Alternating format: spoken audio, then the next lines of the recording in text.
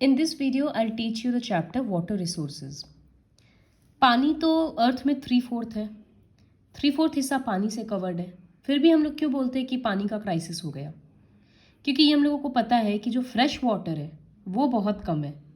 Fresh water generally बारिश से आता है या स्नो के मेल्ट होने से आता है, अंडरग्राउंड वाटर है, ये सब फ्रेश वाटर का सोर्सेज है और ये काफ़ी कम है। इस वजह से वाटर का क्राइसिस होता है। जो पानी का डिस्ट्रीब्यूशन है वो यूनिफॉर्म नहीं है अर्थ में और टाइम टू टाइम वैरी भी करता है। इसीलिए यहाँ लिखा है कि availability of water resources varies over space and time. अब कहीं बारिश अगर किसी साल नहीं हुआ तो वहाँ पानी का कमी हो जाएगा, या किसी महीना में कभी कभी जैसे रेनफॉल के आगे पीछे का मंथ, रेनफॉल के बाद का कुछ मंथ्स पानी रहता है फिर नहीं रहेगा। तो इस तरह से सीजनल वेरिएशन भी होता है। लेकिन पानी का स्कैरसिटी मतलब पानी का कमी ज़्यादातर उस जगह में है जहाँ पर ओवर एक्सप्लॉयटेशन हो रहा है वाटर रिसोर्सेज का।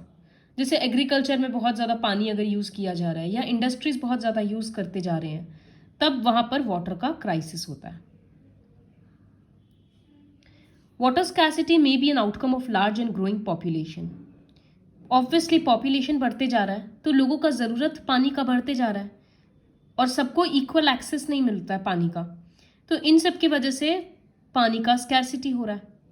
क्योंकि ज़्यादा पॉपुलेशन का मतलब सिर्फ इतना ही नहीं है कि घर में ज़्यादा पानी काम आ रहा है, उतने पॉपुलेशन को फीड करने के लिए एग्रीकल्चर भी ज़्यादा करना पड़ रहा है, इंडस्ट्रीज़ भी ज़्यादा चलाना पड़ रहा है। तो इन सब की वजह से वाटर स्कैरसिटी हो रहा है। फिर क्या हुआ कि इंडिपेंडेंस के बाद इंडिया में बहुत ज़्यादा इंडस्ट्रियलाइजेशन और अर्बनाइजेशन हुआ, मतलब बहुत सारा इंडस्ट्री सेट हुआ, सिटीज़ डेवलप होते गया। तो सब चीज़ के लिए पानी चाहिए, कंस्ट्रक्शन वर्क में पानी चाहिए, इंडस्ट्रीज़ में मशीन्स चलता है तो पानी चाहिए, इलेक्ट्रिसिटी प्रोड्यूस करने के लिए अब यूज़ किया जा रहा है, इस तरह से है। तो एक ये प्रॉब्लम हो गया। फिर जितना बड़ा बड़ा कंपनीज अपना ऑफिस सेट करता है तो पानी का ये सब मेंटेनेंस में पानी का यूज़ बहुत हो जाता है, तो ये एक प्रॉब्लम फर्दर क्रिएट हो गया। फिर कभी कभी होता है कि पानी तो है लेकिन क्वालिटी अच्छा नहीं है, तो बैड क्वालिटी की वजह से भी वाटर स्कैरसिटी हो जाता है। ओवर एक्सप्लॉयटेशन और मिसमैनेजमेंट ऑफ वाटर, ज़रूरत से ज़्यादा यूज़ किए जा रहे हैं और प्लानिंग नहीं है कुछ, तो उसकी वजह से फिर क्राइसिस हो जाता है। So these are the various factors which lead to scarcity of water. Next is multipurpose river projects and integrated water resources management. ये जो डैम्स का कंसेप्ट है कि डैम कंस्ट्रक्ट पहले क्यों किया जाता था कि वाटर स्टोर होगा और उसको दूसरे रास्ता में डिवाइड करके इरिगेशन का फैसिलिटीज़ के लिए प्रोवाइड किया जाएगा।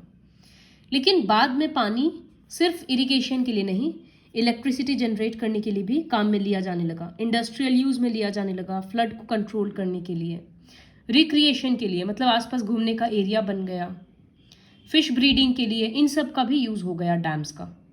इसी वजह से डैम्स को बोला जाता है मल्टीपर्पज़ प्रोजेक्ट्स, क्योंकि ये जो एक प्रोजेक्ट लगता है इससे बहुत सारा काम इस तरह से होता है। जैसे भाखड़ा नंगल पावर प्रोजेक्ट है, तो प्रोजेक्ट वाटर है, तो वो पावर प्रोडक्शन के लिए भी है और इरिगेशन के लिए भी है। इसी तरह से हीराकुंड प्रोजेक्ट है महानदी बेसिन में, वो पानी कंजर्व करने के लिए भी है कि फ्लड कंट्रोल होगा उससे। तो डैम क्या होता है? डैम में बेसिकली एक बैरियर है, पानी बह रहा है और बीच में एक रुकावट सा है, उसी को डैम बोलते हैं। डैम के क्या क्वालिटी यूज़ हुआ है डैम को बनाने में, ये क्या मटेरियल्स यूज़ हुआ है, डैम का हाइट कितना है, उन सब के बेसिस पे डैम्स का अलग अलग कैटेगरीज होता है। तो लिखा है कि based on structure and the materials used, क्या स्ट्रक्चर है कैसा और क्या मटेरियल यूज़ किया, उसके बेसिस पे अलग अलग टाइप का डैम्स है, जैसे टिम्बर डैम्स, एम्बैंकमेंट डैम्स और मेसनरी डैम्स। इन सब का फिर और फर्दर कैटेगरीज है जिसके बारे में हम लोग को नहीं पढ़ना है। हाइट के अकॉर्डिंग डैम होता है high dam, medium height dams और लो डैम्स। तो ये 2 कैटेगरी लर्न करना है।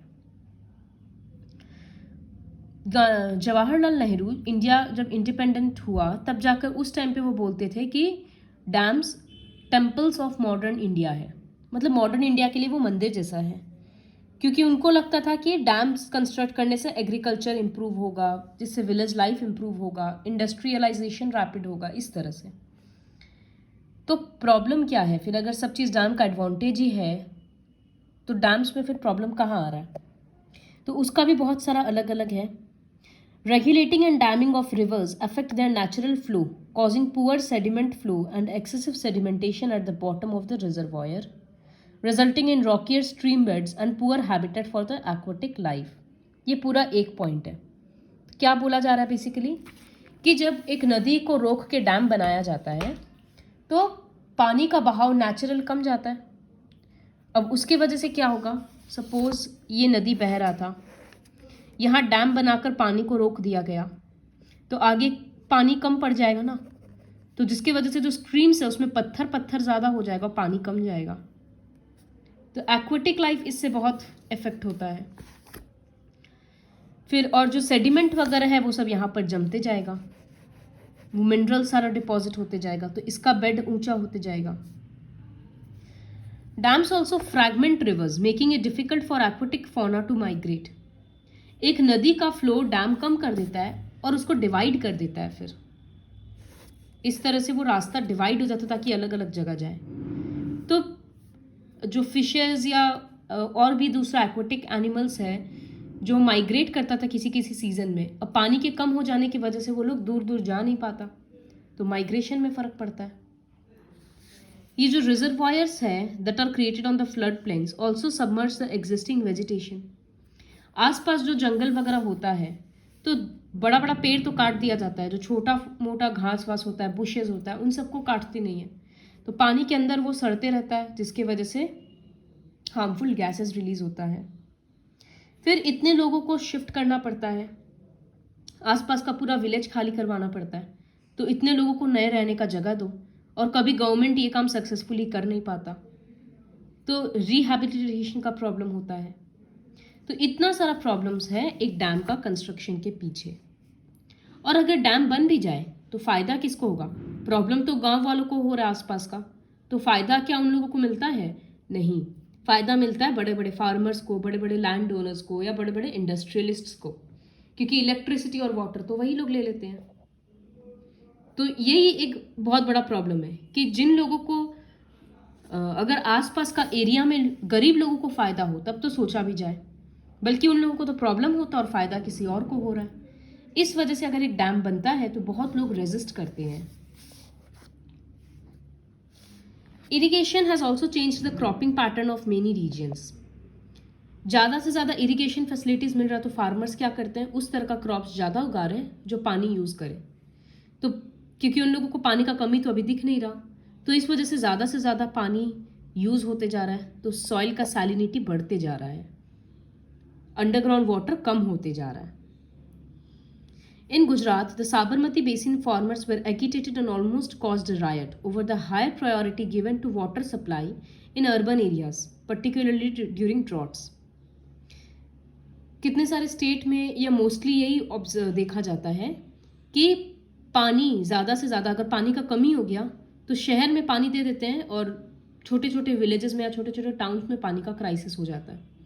और सिटीज़ में क्या होता है, बड़ा बड़ा सोसाइटीज़ होता है, तो वो लोग बहुत पानी यूज़ कर लेता है, सोसाइटी के मेंटेनेंस में बहुत पानी जाता है, तो इन सब की वजह से बहुत डिस्प्यूट होता है। फिर 2-3 स्टेट में भी पानी को लेकर कभी कभी डिसएग्रीमेंट होता है किसी किसी डैम को लेकर। जिससे एक एग्जाम्पल है कि कृष्णा गोदावरी बेसिन डिस्प्यूट है जो कर्नाटक और आंध्र प्रदेश गवर्नमेंट रेज किया। क्यों? क्योंकि महाराष्ट्र में एक जगह है कोयना, वहाँ पर पानी ज़्यादा यूज़ किया जा रहा था, तो आगे जो नदी बहकर जा रहा है, फिर वही नदी जब बहकर आंध्र प्रदेश और कर्नाटका बह रहा है तो वहाँ पर पानी कम मिल रहा है। तो इस तरह का भी इंटर स्टेट डिस्प्यूट्स होता है पानी को लेकर। और डैम्स तो एक ये भी रीज़न से बनाया जाता है कि फ्लड को कंट्रोल करेंगे, लेकिन ये जो सेडिमेंटेशन हो जाता है ना, इस तरह से सेडिमेंट्स जमते जा रहा है क्योंकि वो आगे बह कर नहीं जा रहा है, तो इसकी वजह से भी फ्लड ज़्यादा आता है। और जब बहुत ज़्यादा बारिश आता है तो डैम का गेट भी खोल दिया जाता है, जिस वजह से फ्लड का इफ़ेक्ट और बढ़ जाता है। तो आयरॉनिकली डैम्स बनाया जाता है फ्लड कंट्रोल करने की वजह से, लेकिन उसकी वजह से भी बहुत बार फ्लड आता है। फ्लड की वजह से फिर लाइफ और प्रॉपर्टी का नुकसान होता है, सॉइल इरोजन होता है। ये जो सेडिमेंटेशन होते जा रहा है, तो इससे क्या हो रहा है, आगे का जो नदी है, आगे का जो ज़मीन है, वो फर्टाइल नहीं हो पा रहा है।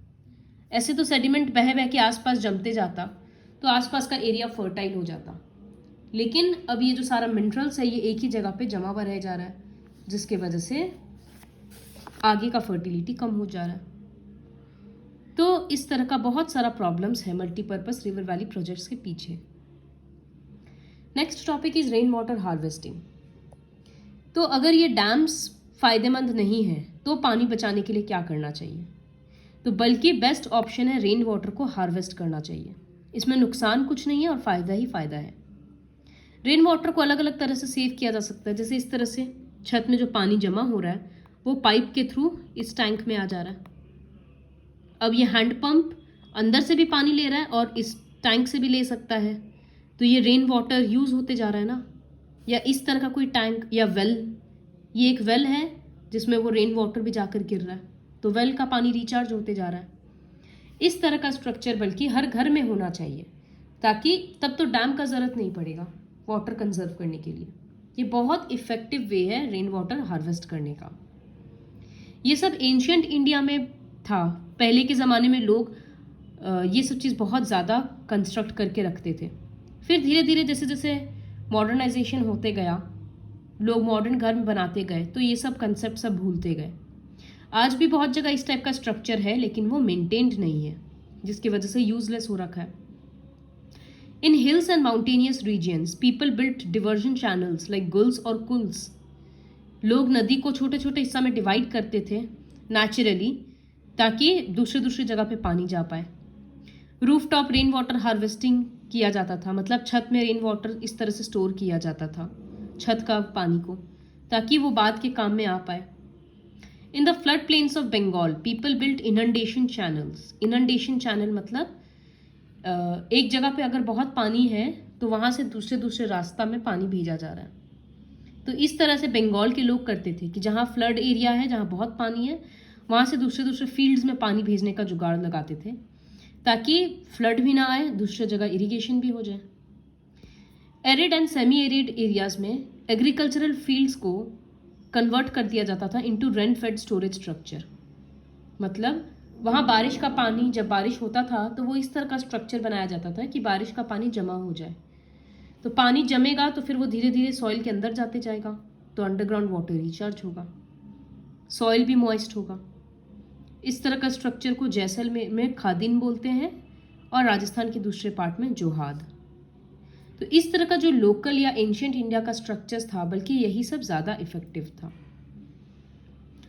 जो घर में स्लोपिंग रूफ होता था उस तरह से यही पाइप से पानी को जमा किया जाता था दूसरे टैंक वगैरह में। जनरली पहला जब बारिश आता था तो उसके पानी को लोग स्टोर नहीं करते थे, क्योंकि उससे छत और पाइप वगैरह सब कुछ साफ हो रहा है, फिर उसके बाद स्टोर करते थे।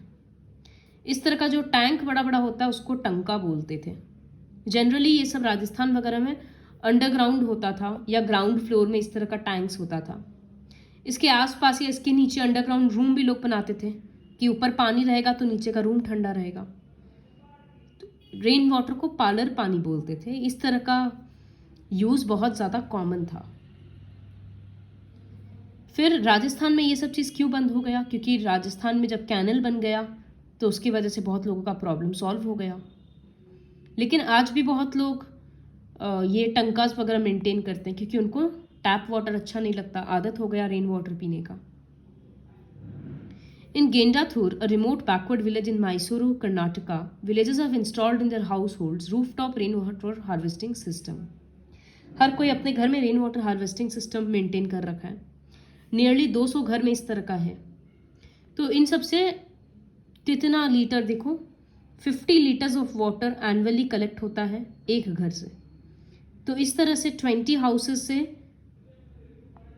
1 लाख लीटर्स सेव हो गया। तो कितना पानी होता है 1 लाख लीटर। तो अगर हर कोई इंडिविजुअल लेवल पे रेन वाटर हार्वेस्ट करने लगेगा तो क्राइसिस पानी का सॉल्व हो जाएगा। तमिलनाडु इंडिया का फर्स्ट स्टेट है जो रेन वाटर हार्वेस्टिंग टेक्निक को मैंडेटरी कर दिया कि हर घर में रेन वाटर हार्वेस्टिंग टेक्निक होना ही पड़ेगा। ये बैम्बू ड्रिप इरिगेशन सिस्टम है। ये जैसे एक नेचुरल स्प्रिंग है, नदी टाइप का है, वहां से पानी इस तरह से देखो बैम्बू के हेल्प से आ रहा है। अब ये बैम्बू को अलग अलग एंगल्स पे ऊंचा नीचा करके पूरा रास्ता देखो क्रॉस कराया जा रहा है। इस तरह से ये पानी जहां दूर दूर नहीं जा सकता था, अब वो बैम्बू के इस तरह से स्टेम से फ्लो हो होकर जा रहा है। तो ये है bamboo drip irrigation system, natural technique है। This is all about the chapter water resources.